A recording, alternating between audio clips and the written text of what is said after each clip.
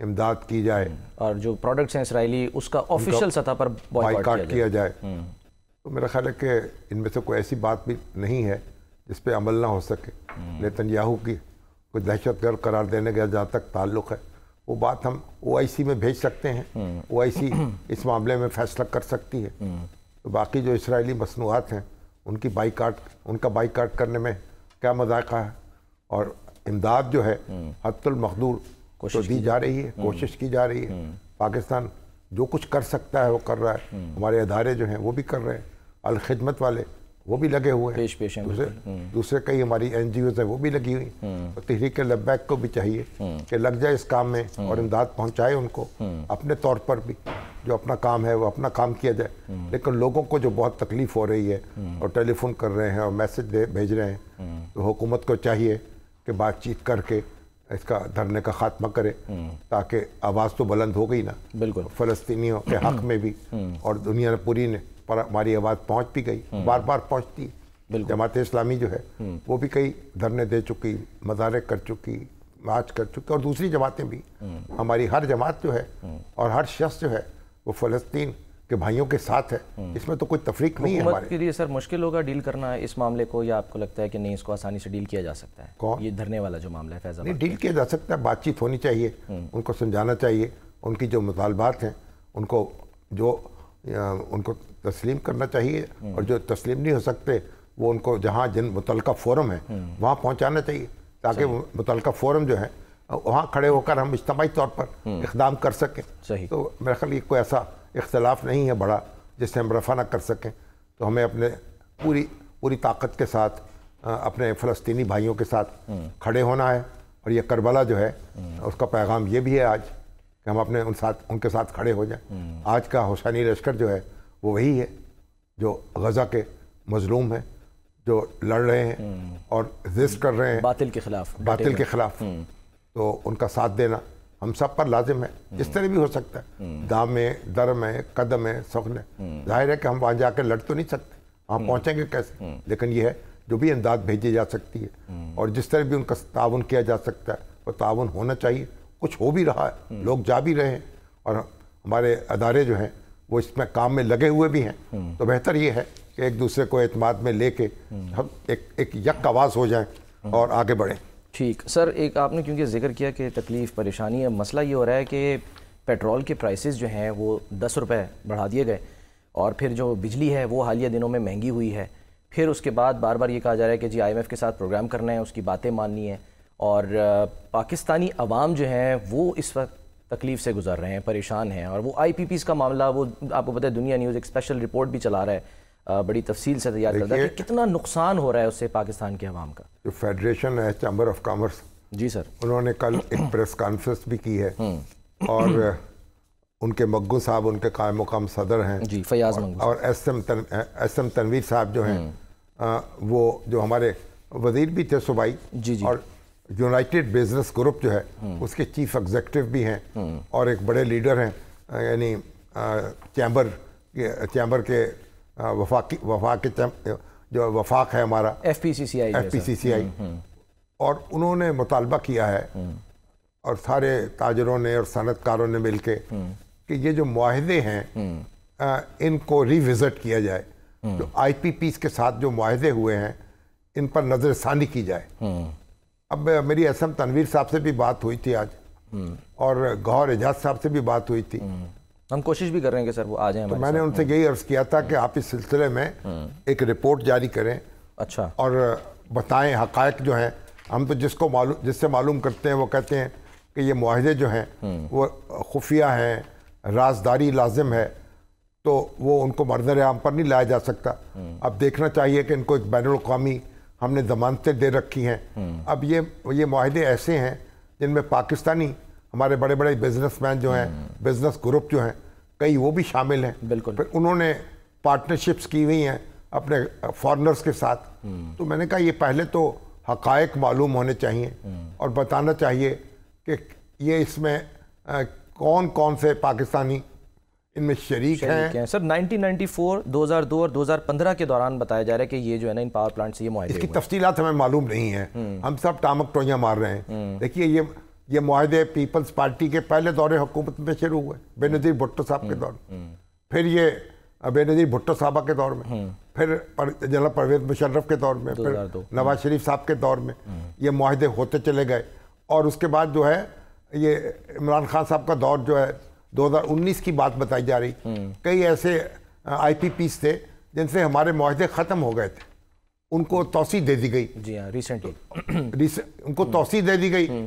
گویا جو معاہدے ختم ہو گئے تھے، جو ہم نے کیپیسٹی پیمنٹ کرنی ہے، بجلی ہم خرید نہیں سکتے اور بجلی کی ہمیں ضرورت نہیں ہے، اس کی ترسیل نہیں کر سکتے اور پیسے اس کے دے رہے ہیں، اور 2,500 ارب روپیہ جو ہے وہ ہم پہنچ چکا ہے، یہ جو سرکولر ڈیٹ ہے. بالکل. اور یہ اب اس کے جو ہمارے چیمبر کے لوگ اکٹھے ہوئے ہیں وہ کہتے ہیں کہ یہ جو معاہدے ہیں اور یہ پاکستانی معیشت ایک ساتھ نہیں چل سکتی، یہ پاکستانی معیشت کی کمر ٹوٹ جائے گی، اتنی مہنگی بجلی افورڈ نہیں کر سکتے ہم کوئی چیز ایکسپورٹ نہیں کر سکیں گے، کارخانے بند ہو رہے ہیں. تو میں نے یہ ان سے کہا ہے، ایس ایم تنویر صاحب سے بھی، کہ آپ ایک پوری پہلے حقائق جو ہیں لوگوں کے سامنے پیش کریں، اور پھر جو پاکستانی جو ہیں جو شریک ہیں ان ملکیت میں، کوئی جرگہ بنا کے ان کی خدمت میں حاضر ہو جائیں، ان کے گزارش کریں کہ بھئی آپ کے پیسے پورے ہو گئے ہیں،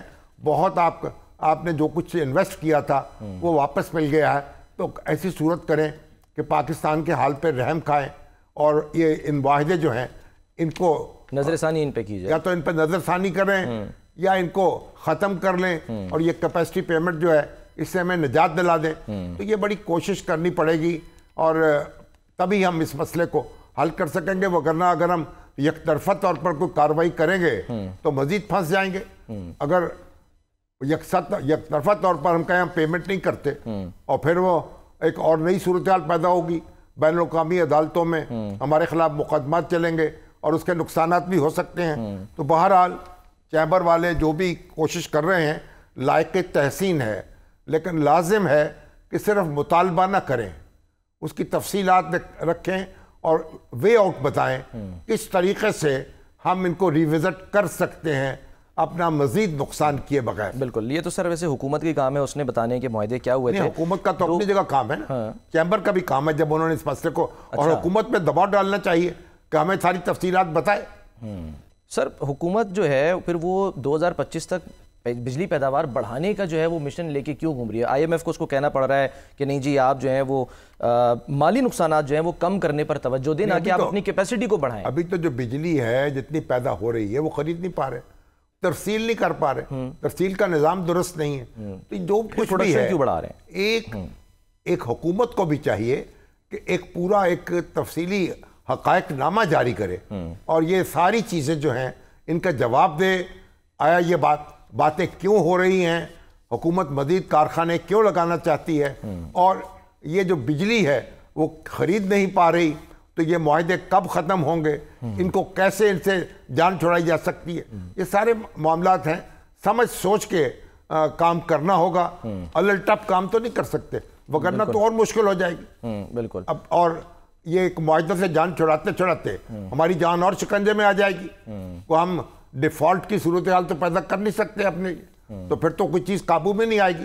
جو بھی کام کرنا ہے سارے ماہرین سر جوڑ کر بیٹھیں، حکومت بھی بیٹھے، سیاسی جماعتوں کے لیڈر بھی بیٹھیں، ماہرین معیشت بیٹھیں اور صنعت کار بیٹھیں، اور بجلی کے ماہرین جو ہیں انرجی کے وہ بیٹھیں، اور ایک کوئی متفقہ لاہ عمل قوم کو دیں، راہ نجات تجویز کریں، تبھی ہم آگے بڑھ سکتے ہیں. اب سر آپ نے ایک سوال اٹھا دیا کہ جی ساتھ بیٹھیں، اے پی سی ہونے والی تھی عزم استحکام کو لے کے، وہ پتہ نہیں معاملہ جو نہیں آتا نہ آئے. اچھا ٹھیک ہے، اس میں آپ کو 100% تھوڑی آئے گی. جو آتے ہیں وہ آئے، جو نہیں آتے ہیں نہ آئے، لیکن ایک کوئی چیز تو بنے نا. اور اس سے اسٹیبلٹی لے کر آنا جو ہے وہ مقصد ہونا چاہیے. اسٹیبلٹی نہیں، لوگوں کو حقائق بتائیں پہلے، پھر بتائیں راستہ کیا ہو سکتا ہے. سر جوڑ کے بیٹھیں.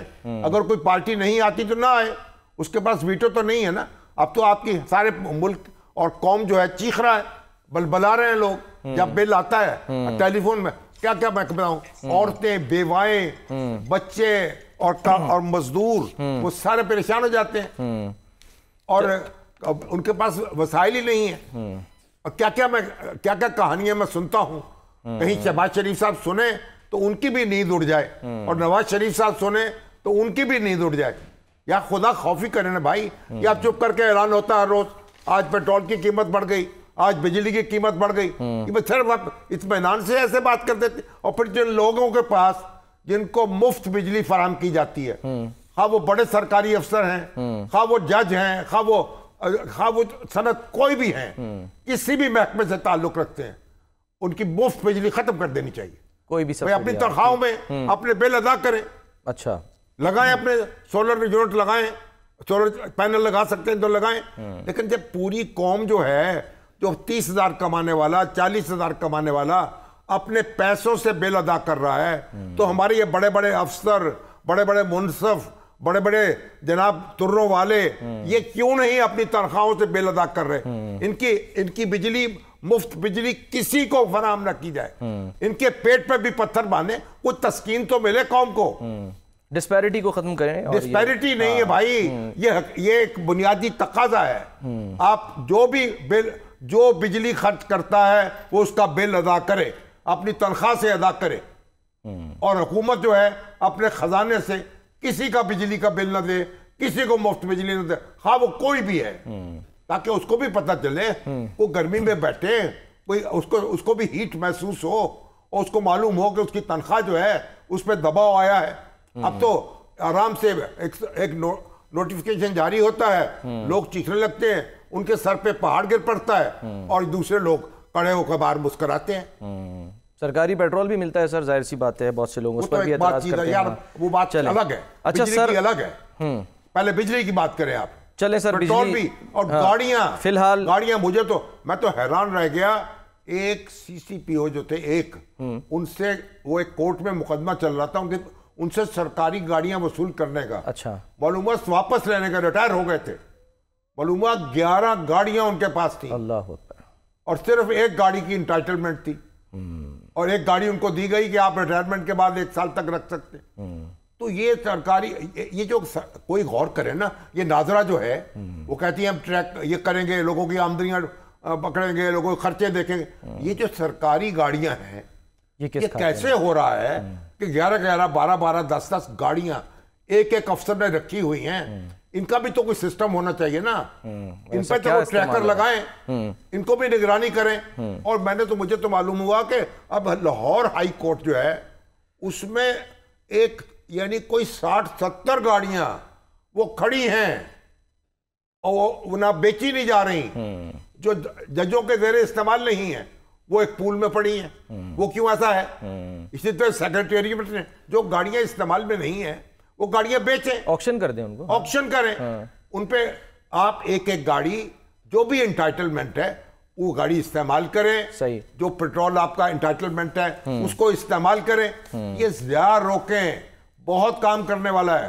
ابھی میں دیکھتا ہوں سرکاری افسر جو ہیں ان کے گھروں کی تزئین و آرائش پر، مرمت پر کروڑوں روپے خرچ ہوتے ہیں. خون کھولتا ہے جب اس طرح کی خبریں پڑھتے ہیں. بالکل. نئی گاڑیاں کیوں خریدی جا رہی ہیں؟ تو یہ سارے کام کرنے کے ہیں. یہ کام کو حکومت جو ہے اپنا امیج بہتر کرے اور یہ اقدامات کرے تاکہ لوگ جو ہیں وہ سکھ کا سانس لیں اور توقع لگائیں کہ اچھے دن بھی آئیں گے. بالکل. اور سر اس وقت پیپلز پارٹی یہی کہہ رہی ہے کہ حکومت یہ کام کرے، نہ کہ آپ پابندی لگانے کی باتیں کر رہے ہیں. آج خواجہ آصف صاحب کوئی بات نہیں کر رہی. پیپلز پارٹی تو گو مگو بات کر رہی ہے. پیپلز پارٹی تو پی ٹی آئی پر برس رہی ہے، عمران خان صاحب پر خوب اچھی طرح تبرک کر رہی ہے، اور ساتھ یہ بھی کہہ رہی ہے کہ نہیں ابھی ہم سے مشاورت نہیں ہوئی. ہاں جی. تو نیّر بخاری صاحب کہہ رہے ہیں کہ جن کے بیان آ گئے ہیں، جیسے رضا ربانی، شہری رحمان، مراد علی شاہ صاحب، ہم سنائیں گے بھی. مراد علی شاہ صاحب نے تو یہ بات نہیں کہی. مراد علی شاہ صاحب نے تو خوب لتے لیے ہیں عمران خان صاحب کے، شرجیل محمد صاحب نے لیے ہیں، اور جو کچھ بھی ہو رہا ہے اس کی ذمہ داری خود عمران خان صاحب پر ہے. ایگزیکٹلی. تو بہرحال اب جو کچھ کرنا ہے نا اس کو اب وہ تو ہوگا. اب حکومت نے یہ فیصلہ کیا ہے جو اب تو خود اسحاق ڈار صاحب آج سید علی حجویری کے مزار پہ بالکل سر آج وہاں انہوں نے لوگوں سے، میڈیا سے خطاب کیا. انہوں نے کہا ابھی یہ تجویز ہے، ابھی فیصلہ نہیں ہے. بھئی حکومت یہ جو کام کرنا چاہتی ہے نا، معاملہ تو بھئی آنا تو سپریم کورٹ میں ہے. بالکل. ایک فیصلہ سپریم کورٹ کا مان نہیں رہی، اور دوسرا فیصلہ جو اسے لینا چاہتی ہے تو حکومت کو غور کرنا چاہیے. سنیں ذرا, کیا سنیں گے؟ اچھا کسی کی بات نہیں سنیں سر, سنیں آپ کسی چھوڑ دیں. چلیں. اچھا اسحاق ڈار صاحب بھی سر فرما رہے تھے, پھر خواجہ آصف صاحب سر ذرا آج تھوڑے سے کر دیجیے. ان کی بات بھی اپنی جگہ ہے. اچھا سب سپریم کورٹ میں جا رہے ہیں, نظر ثانی کی درخواست دیں, قبول ہو جائے تو ٹھیک ہے, وگرنہ چپ چاپ ان کا فیصلہ تسلیم کریں. جو بھی ہے عدالت کا فیصلہ ہے اسے ماننا پڑے گا. تنقید ہو سکتی ہے, لوگ کر بھی رہے ہیں. بھائی پی ٹی آئی نے تو ریلیف مانگا نہیں تھا, پی ٹی آئی درخواست گزار نہیں تھی, لیکن انہوں نے کہا کہ نہیں ہم مکمل انصاف فراہم کریں گے آئین کی دفعہ 187 کے تحت, تو مکمل انصاف جو ہے فراہم کر رہے ہیں. تو اب ہم اس میں کیا کر سکتے ہیں؟ 2/3 اکثریت تو ہے نہیں گورنمنٹ کے پاس, وگرنہ ان کا فیصلہ جو ہے اس کو رد کر دیتی. 2/3 اکثریت چاہیے نا اس کے لیے. بالکل, وہ اب تو وہ ظاہر سی بات ہے مل نہیں سکتی. سر ایک معاملہ اور جو ہے وہ آج سامنے آیا عبدلیہ کی, کیونکہ بات ہو رہی ہے ایڈ ہاک ججز کی جو ہے وہ ایڈ ہاک ججز کی تقرری ہے. ابھی لوگوں نے اس پہ ٹرولنگ شروع کر دی ہے. وہ مشیر عالم صاحب جسٹس ریٹائرڈ مشیر عالم صاحب. اب یہ جج حضرات, یہ کہا جا رہا ہے کہ جج حضرات ایڈ ہاک مقرر ہوں گے تو پھر سپریم کورٹ میں طاقت کا توازن بدل جائے گا. اب ہم یہ کہہ نہیں سکتے کہ یہ ایڈ ہاک جج جو ہوں گے تو کیا وہ بھی جب فل کورٹ کا اجلاس ہوگا وہ بھی بیٹھیں گے اس میں یا نہیں بیٹھیں گے جب سماعت ہوگی. ابھی دیکھیں عدالتوں کے معاملات ہیں, ذرا احتیاط سے بات کرنی چاہیے. عام طور پہ سر کون سے کیسز ویسے یہ سیاسی جماعتیں جو ہیں نا, یہ سیاسی جماعتوں کے معاملات تھوڑی ہیں. پر اب جب جوڈیشل کمیشن کا اجلاس ہوگا پھر معلوم ہوگا ان کی ضرورت کیا ہے. کیا مقدمات بہت زیادہ ہو گئے ہیں ان کے لیے, یعنی یہ چاہ رہا ہے, یعنی سپریم کورٹ چاہ رہا ہے کہ بھئی اگر جج ایڈ ہاک بھی مقرر کر لیے جائیں تاکہ مقدمات تیز رفتاری سے فیصلہ ہو جائے. لیکن اب ظاہر ہے کہ غلط فہمیاں پھیلانے والے یا خوش فہمیاں پھیلانے والے تو بہت ہیں. اب ایڈ ہاک جج جو ہیں ان کا معاملہ بھی زیر بحث ہے. سوشل میڈیا پہ لگے ہوئے ہیں لوگ اور کہتے ہیں کہ بھئی یہ چاہتے ہیں کہ سپریم کورٹ میں جو توازن ہے اس کو بدلا جائے.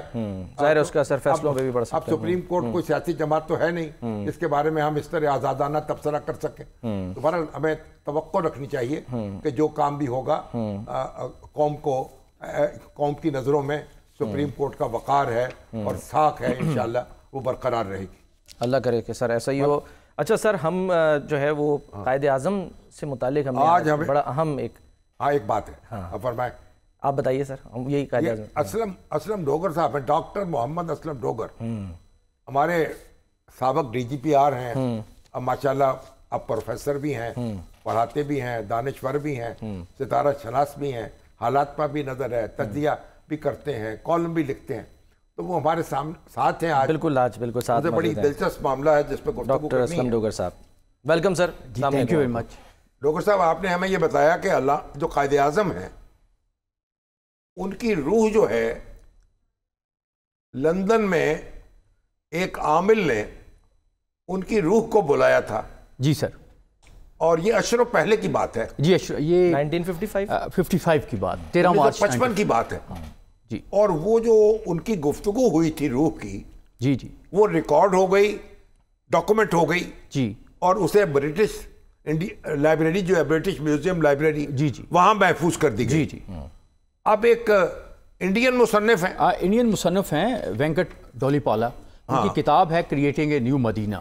تو اس کا جو انٹروڈکشن ہے اس میں انہوں نے یہ واقعہ بیان کیا ہے کہ وہ وہاں پہ, یعنی وہ یہ کہتے ہیں کہ جو تحریک پاکستان تھی, جی وہ اصل میں وہ اس بات کی تردید کرتے ہیں کہ یہ پاکستان کوئی سیکولر ریاست بن رہی تھی. وہ کہتے ہیں یہ مدینہ اسلامی ریاست بنانا چاہتے تھے. وہ اپنے کانٹیکسٹ میں بات کر رہے ہیں. اور یہ ایک نیا مدینہ تخلیق کرنا تھا, یہ تحریک پاکستان اس لیے چلائی گئی. جی سر. اب انہوں نے یہ ڈاکومنٹ ڈھونڈا ہے, تو ذرا تفصیل بیان کریں گے. کیسے ڈھونڈا, کیسے ملا ڈاکیومنٹ؟ وہ لائبریری ریسرچ کر رہے تھے, اس میں دیکھ رہے تھے لائبریری میں. تو کہتے کہ ایک دن بڑا تھکا دینے والا دن تھا. وہ مختلف چیزیں دیکھ رہے تھے, مائکرو فلمز دیکھ رہے تھے, اور دیکھتے دیکھتے وہ حصے میں چلے گئے. یہاں قائد اعظم کے متعلق جو پرسنل کاغذات ہیں پڑے ہوئے تھے. وہاں ایک ہاتھ کی لکھی ہوئی تحریر تھی جو مدھم ہو رہی تھی اور سیاہی اس کی اڑ رہی تھی. تو وہ ایک وہاں پہ انہوں نے اس کو پڑھا, اور ظاہر ہے کہ یہ وہ حصہ تھا. یہاں پہ برٹش جو لائبریری ہے اس میں بہت ذمہ دار چیزیں وہاں رکھی جاتی ہیں. تو اس میں انہوں نے دیکھا کہ مصدقہ چیزیں رکھی جاتی ہیں. تو لیکن اس پہ بہرحال کویسچن تو ہو سکتے ہیں. تو انہوں نے کہا کہ اس میں یہ لکھا ہوا تھا کہ 13 مارچ 1955 کو قائد اعظم کی کوئی وفات کے 7 سال بعد ایک 6 بجے ملاقات ہوئی، ان کی قائد اعظم کی روح کو بلایا گیا، کوئی ابراہیم نام کے آدمی تھے، سرکاری افسر تھے غالباً، وہ سرکاری افسر بھی تھے، میں ان کے متعلق کوئی اتنی ڈیٹیلز نہیں ہیں، لیکن بہرحال وہ مطلب ایک ایسے شخص تھے جو روحوں کو بلاتے تھے، ان سے گفتگو کرتے تھے. یہ سر میں جیسے عرض کروں کہ مجھے جانے کا آکسفورڈ میں اتفاق ہوا، وہاں بہت سے فزکس کے پروفیسر ہیں، وہ بھی روحوں کو بلاتے ہیں، یہاں بھی آپ نے بہت سے لوگوں کے متعلق سنا ہے، تو انہوں نے کہا جی کہ انہوں نے روح کو بلایا، اور آپ کتنے لوگ تھے وہاں اس وقت جو موجود تھے؟ 2 لوگوں کی بات بیان کی گئی ہے کہ وہ جو شخص ہے ابراہیم جو تھے، انہوں نے ایکچولی بات کی ہے قائد اعظم کی روح سے، تو جب قائد اعظم کی روح آ کے بیٹھ گئی تو انہوں نے یہ بتایا کہ یہاں پہ ان کی ایک پہلے بھی ان کا ایک سیشن ہو چکا ہے، یعنی وہ دوسری دفعہ ملاقات وہ آ رہے تھے، وزٹ کیا تھا اچھا انہوں نے بلکہ سگریٹ بھی، ہاں وہ انہوں نے ایک اور بات کہا کہ چونکہ آپ سگریٹ پیتے ہیں تو کیا آپ سگریٹ پینا پسند کریں گے، مطلب وہ لطف اندوز ہوں، وہ تھوڑا سا اس کو کیجول کرنے کے لیے، تو پھر ان کے کہنے پہ کہ ہاں جب انہوں نے اس بات میں جواب دیا تو انہوں نے ایک سگریٹ وہاں لٹکا کے رکھ دی، اور پھر اس کے بعد ان کویسچن شروع ہوا، تار سے لٹکا دی، اور ان سے یہ کویسچن شروع ہوا کہ جی آپ یہ بتائیں کہ آپ کیسے ہیں، تو انہوں نے کہا کہ میں یہاں پہ ہوں، وہاں پہ بہت اب روشنی ہے، وہاں پہ بہت پھول ہیں. اچھا اس میں سر ہمیں کیونکہ بڑا انٹرسٹنگ ہے ٹاپک، ایک ہمارا بریک کا بھی وقت جو ہے وہ آ گیا ہے، اور ایک بڑی امپورٹنٹ کیونکہ آپ نے بات بتانی ہے تو ہم چاہ رہے ہیں کہ ذرا بریک لیں، بریک کے بعد تفصیل سے بتائیں گے، لوگ جاننا چاہ رہے ہیں، ظاہر ہے اب یہ اس پہ یقین کریں نہ کریں وہ ایک الگ بات ہے، لیکن ڈاکیومنٹ ہے نا. بالکل ایک بریک لیتے ہیں ناظرین، بریک کے بعد ہم واپس آتے ہیں تو پھر اسلم ڈوگر صاحب سے جو ہے وہ تفصیل سے اس معاملے کے بارے میں بات کریں گے.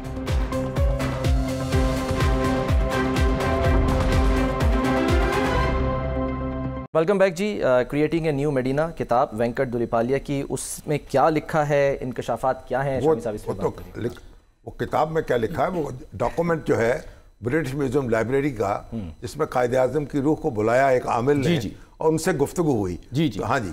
تو انہوں نے ان سے پوچھا کہ آپ نے کہا میں جس ماحول میں ہوں وہ بڑا اچھا ہے، پھول ہیں وہاں پہ، روشنی ہے اور ہوا ہے. ہاں تو انہوں نے کہا کہ کیا آپ قوم کی رہنمائی کریں گے؟ تو انہوں نے کہا میرا اب یہ کام نہیں ہے کہ میں قوم کی رہنمائی کروں، لیکن جو میں دیکھ رہا ہوں وہ یہ ہے کہ مجھے اب یعنی قوم جو ہے وہ خود اپنے فیصلے کرے، تو میرا یہ کام نہیں ہے کہ میں رہنمائی کروں، لیکن مجھے کچھ جو مجھے امیجز نظر آتے ہیں، چیزیں نظر آتی ہیں، وہ کچھ اچھی نہیں ہے، اور اس کی وجہ یہ ہے کہ لوگ جو ہیں سیلف لیس نہیں ہیں، یعنی ان کو بے لوس نہیں، وہ یعنی مطمئن نہیں تھے حالات سے مطمئن. 1955 کی بات ہے جی، 1955 کی، 7 سال بعد، یعنی قائد اعظم کی وفات کے 7 سال بعد. تو انہوں نے کہا کہ جو میرا کام تھا وہ تو میں نے کر لیا، اب یہ کہ جو لوگ ہیں انہیں یہ کام کرنا چاہیے. 2 دفعہ انہوں نے کہا کہ کیا قیادت میں کیا چیز ہونی چاہیے، انہوں نے کہا سیلف لیسنس، کہ یعنی بے غرض ہونے چاہیے، بے لوس ہونے چاہیے. 2 دفعہ انہوں نے اس کا لفظ جو ہے اس میں بات کی.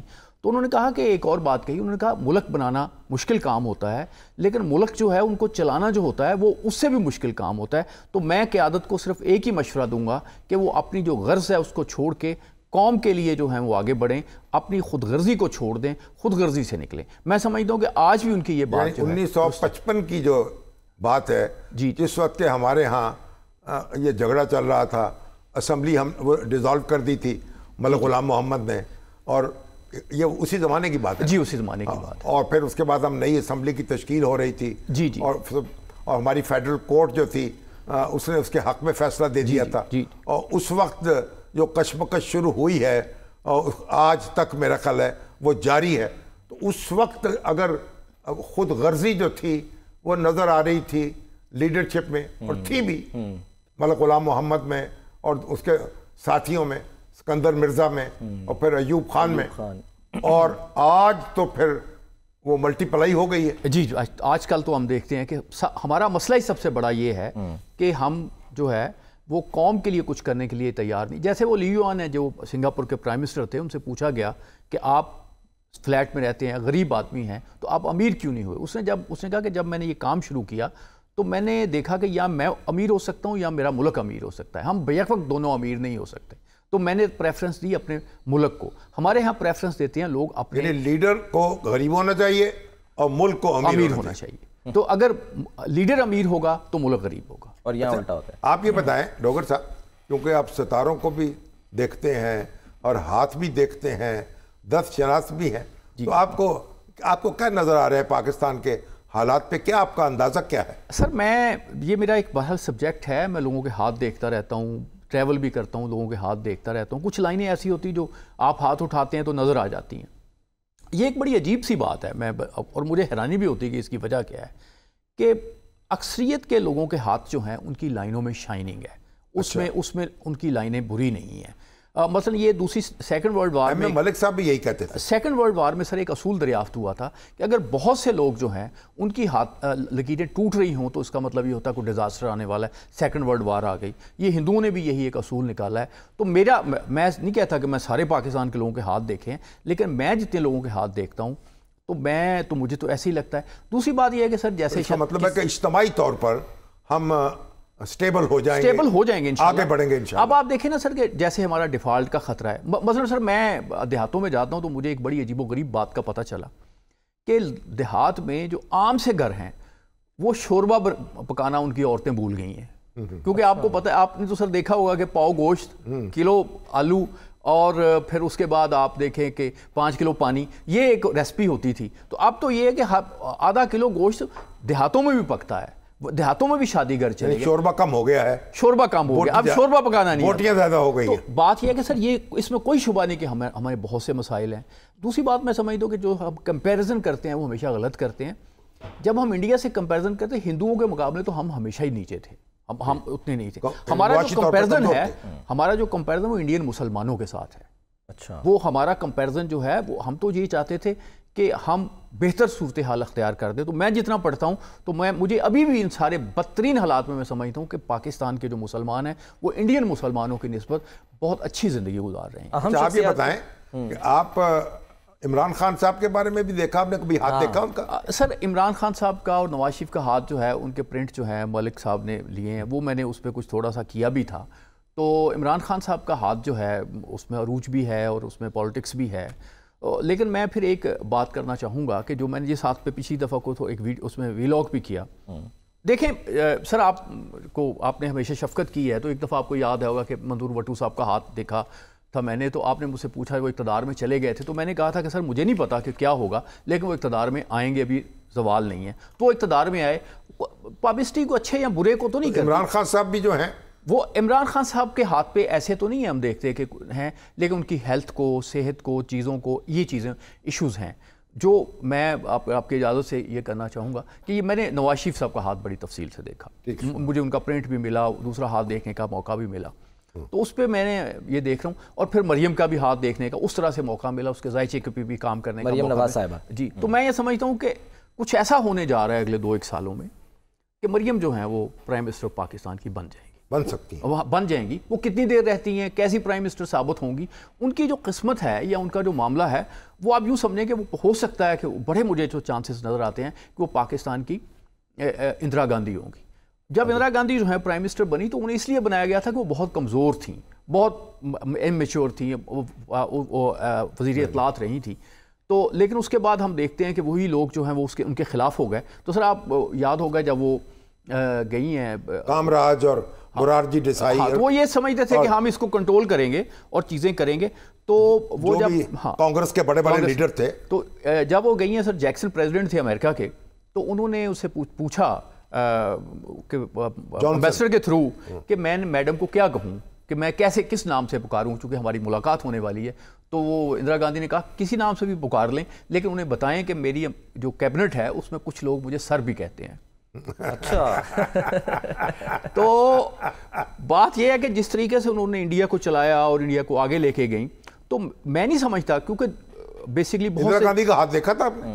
سر اندرا گاندھی کے وہ اسکارپین تھی ان کی طرح ہی، اور بہت سی چیزیں جو ہے ان کے ساتھ ملتی جلتی ہیں. اب آگے کس طرح سے چیزیں چلتی ہیں اس کو تو اللہ ہی جانتا ہے، وہی بہتر چیزیں سمجھتا ہے.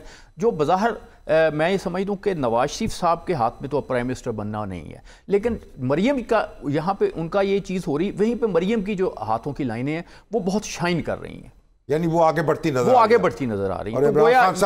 عمران خان صاحب جو ہیں، عمران خان صاحب کے متعلق کوما لگ گیا، ان کو کوما لگ گیا. میں یہ نہیں کہتا کہ سر بات یہ ہوتی کہ ایک فیکٹر تو نہیں ہوتا، عمران خان صاحب نے بھی سر دیکھیں بہت عروج حاصل کیا ہے، اور انہوں نے وہ بہرحال لوگ بھی ان سے محبت کرتے ہیں، ان کا ایک رول ہے وہ کس طرح سے ہوتا ہے، کس طرح سے چیزیں ہوتی ہیں، یہ تو اللہ ہی جانتا ہے، بہتر جانتا ہے. لیکن فی الحال جو میں ایک اس میں عرض کرنا چاہوں گا وہ یہ ہے کہ مجھے تو میں سمجھتا ہوں کہ نواز شریف صاحب بھی ہوں گے انشاءاللہ اس وقت تک، اور یہ کوئی 2-1 سالوں میں شاید تھوڑا ٹائم آگے پیچھے ہو سکتا ہے.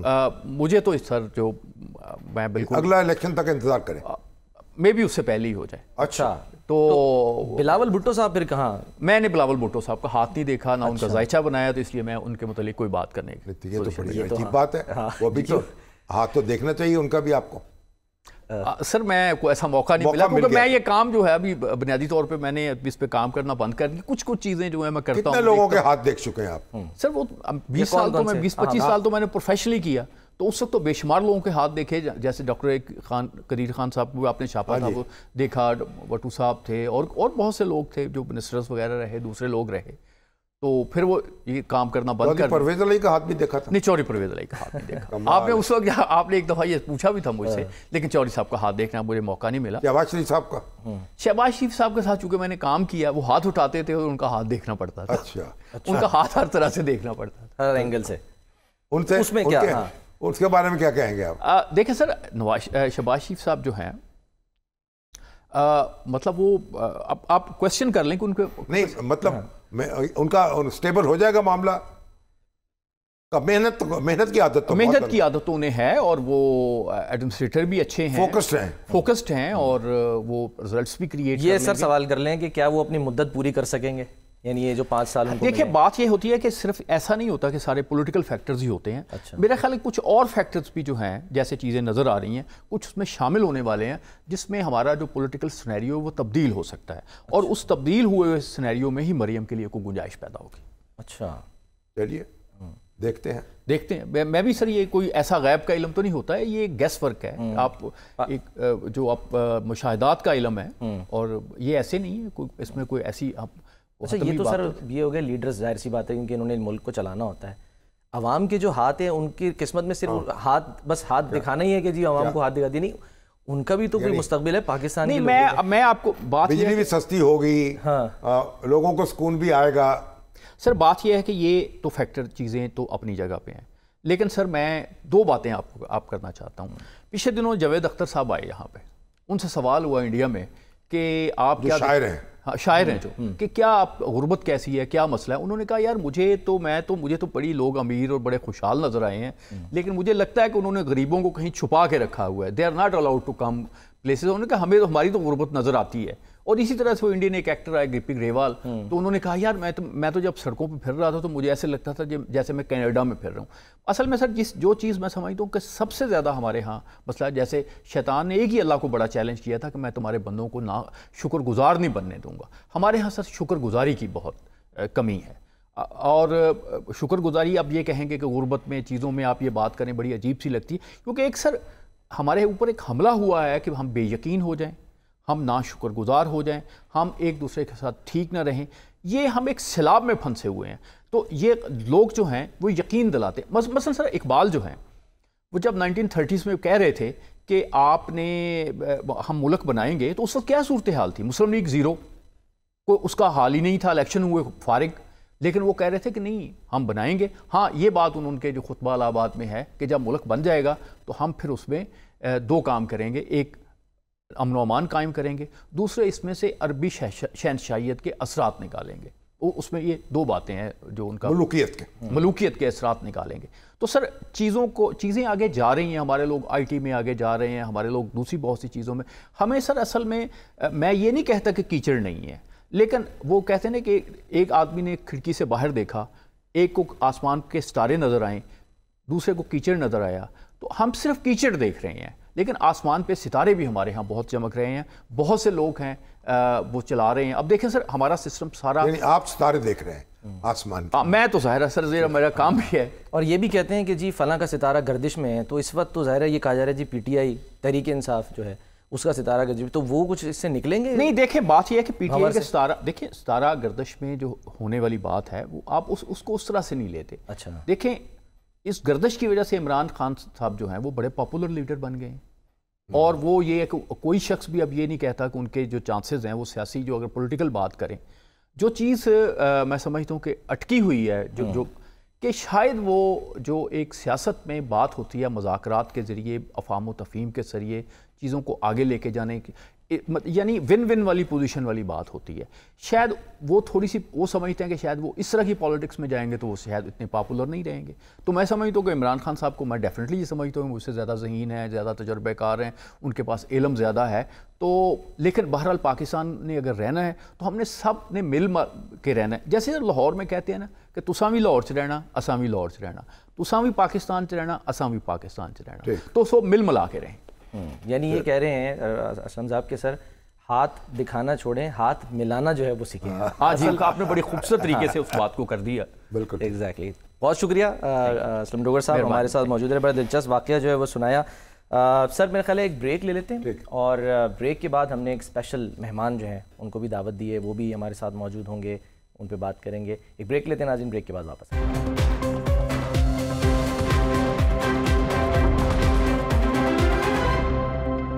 ویلکم بیک ناظرین شامی صاحب سر آج ہمارے ساتھ ایک اسپیشل مہمان جیسے کہ ہم نے بریک سے پہلے کہا تھا نور الدین ظہیر صاحب ہیں کتابیں بھی انہوں نے جو ہیں وہ لکھی ہیں شاعری بھی کرتے ہیں ہمارے ساتھ موجود ہیں ویلکم کرتے ہیں سر ان کے والد ظہیر صاحب بھی ہمارے ساتھ ہیں ظہیر صاحب جی خوش آمدید نور الدین صاحب السلام علیکم وعلیکم السلام سر کتنی عمر ہے آپ کی میری اس وقت تو 18 سال ہے 18 سال تو آپ نے تعلیم حاصل کی جی نہیں گھر پہ ہی حاصل کی گھر پہ اسکول نہیں گئے نہیں اور پھر آپ نے آن لائن حاصل کی یا والدین سے حاصل کی والدین سے بھی حاصل کی اور آن لائن بھی خود سیکھا اچھا اب آپ یہ جو کتاب لکھی ہے آپ نے 2 کتابیں ہیں ہاں جی 2 کتابیں بالکل 2 کتابیں ایک انگریزی میں ہے ایک اردو میں ہے ہاں جی جی ایسے ہی ایک ہے سوال ہاں جی اور دوسری ہے مسافر مسافر ہاں جی یہ 2 الگ الگ کتابیں ہیں جی جی اچھا ایک یعنی سفر نامہ ہے جی نہیں پہلی میری بالکل شاعری پر ہے اچھا جو کہ میری کلیکشن آف پوئٹری ہے یعنی آپ نے خود شعر کہے ہیں جی یہ سوال جو ہے وہ آپ کی شاعری ہے نہیں سوال بیسکلی اس میں نے نثر ایڈ کی ہے کیونکہ میں بیسکلی شاعر ہوں تو میں نے 12 سال کی عمر میں شاعری لکھنی آفیشلی شروع کی تھی تو میری پہلی کتاب شائع ہو گئی مسافر جو کہ شاعری اور دوسری میں نثر ایڈ کی ہے اور وہ کچھ سوالات ہیں جس کی بیس پہ یہ کتاب ہے آپ اپنا کچھ شعر سنائیں گے ہمیں جی بالکل ہاں جی میرا ایک شعر ہے جو کہ میری پہلی کتاب میں سے ہے اور وہ کچھ یوں ہے کہ وہ ملے تو نہیں انجان وقت میں زخم تھا مجھ کو شاید درد وہ لے گئے واہ اور سنائیں اور بھی آپ کو سناؤں گا بالکل میری دوسری کتاب میں ایک نظم ہے جو کہ میں سنانا چاہوں گا آج میرے گہرے خیالات میں سے کہ لغت سے لامحدود زبانیں ہو چکی ہیں افسوس کی بات ہے مگر یہ سچ ہے نظریں افواہوں تک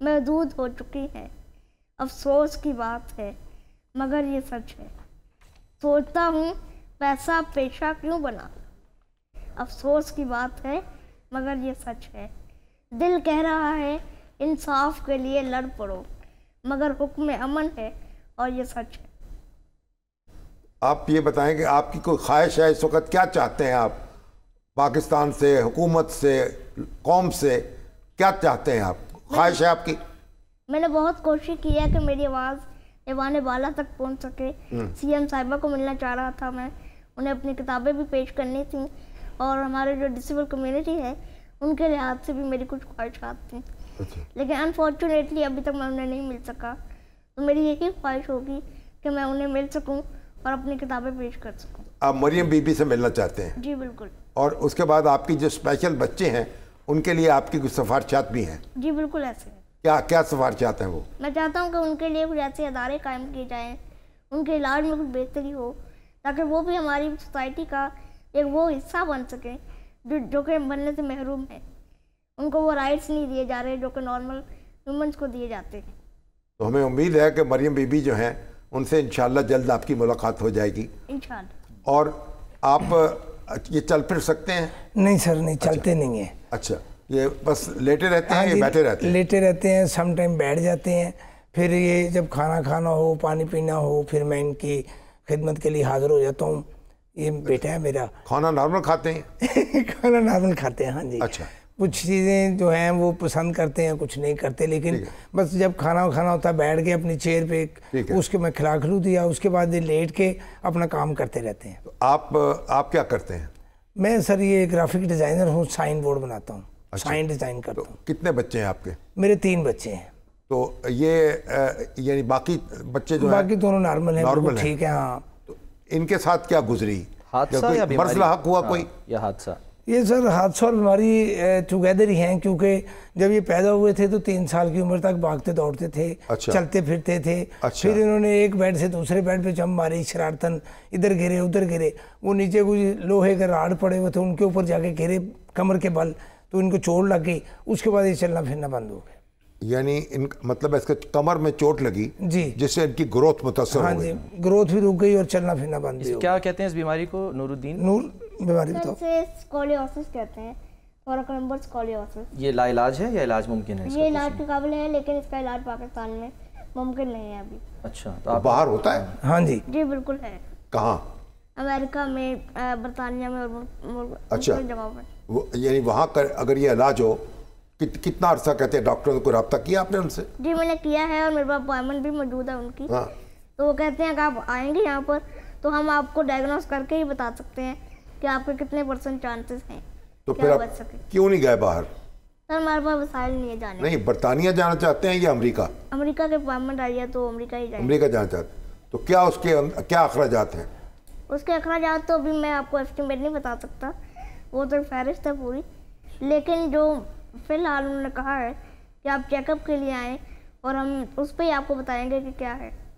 اچھا سر, اتنا ٹیلنٹڈ نوجوان, لیکن افسوس یہ کہ وہ کہہ رہے ہیں میں اسکول نہیں جا سکتا. اس کی کیا مطلب وجہ تھی اسکول میں ایڈمیشن کی؟ نہیں جا ہی نہیں سکتے تو کیسے جائیں گے سر؟ چل پھر نہیں سکتے نارمل طریقے سے. اسپیشل تو سر اگر مطلب وہی والی بات ہے کہ بنائے جائیں. آپ نے کوشش بھی کی تھی کچھ؟ جی بالکل, میں ایک اسکول گیا تھا, ان کا کہنا تھا they were so cold about it کہ ہم اسپیشل چلڈرنس کو ایجوکیشن دیتے ہیں. تو میں نے وینٹ اوور دیا, انہوں نے کہا کہ ہم مینٹل ڈسیبلس کو دیں گے, آپ جیسے فزیکل کو نہیں دے سکتے. تو دیٹس وائی میں نے خود ہی اسٹڈی کیا جو بھی کیا. یعنی آپ ذہنی طور پر مکمل چوکس ہیں, الحمدللہ. ذہنی صلاحیت ان کی پوری ہے, بھرپور ہے. ادھر تھی شعر کہتے ہیں, نثر لکھتے ہیں, اور کتنے مضمون لکھ لیتے ہیں؟ شاعری پہلے میں لکھتا تھا, اب نثر بھی لکھنی شروع کی ہے. ٹھیک ہے. تو میں ہر دفعہ اپنی ہر کتاب میں انشاءاللہ صفحے سے ہٹ کے لکھوں گا. تو یہ 2 کتابیں لکھی ہیں, تیسری کا بھی پلان کر رہا. معاشرے سے کیا آپ نے سوال کیا اس کتاب میں؟ معاشرے سے میں نے بہت زیادہ سوال کیے ہیں ان سے, لیکن ان میں سے کچھ میں نے شائع کروائے ہیں. ابھی کچھ جو ہیں وہ ابھی بیہائنڈ دا کرٹن میں رکھے ہیں. لیکن اس میں نے کچھ شعر کے, جیسے کہ علامہ اقبال صاحب کے, یا کچھ آیتوں کے میں نے اس سے حوالے دیے ہیں.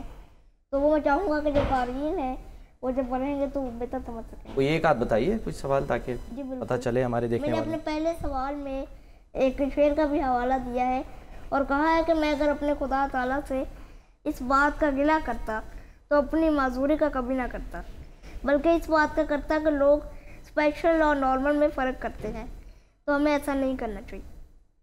ٹھیک, کیا بات ہے. چلیں, بہت بہت شکریہ نور الدین ہمارے ساتھ موجود. سر پروگرام کا وقت جو ہے وہ ختم ہو گیا, تو ہم جو ہے وہ شکریہ ادا کرتے ہیں. کل انشاءاللہ ملاقات ہوگی. ناظرین اپنا خیال رکھیے. اللہ.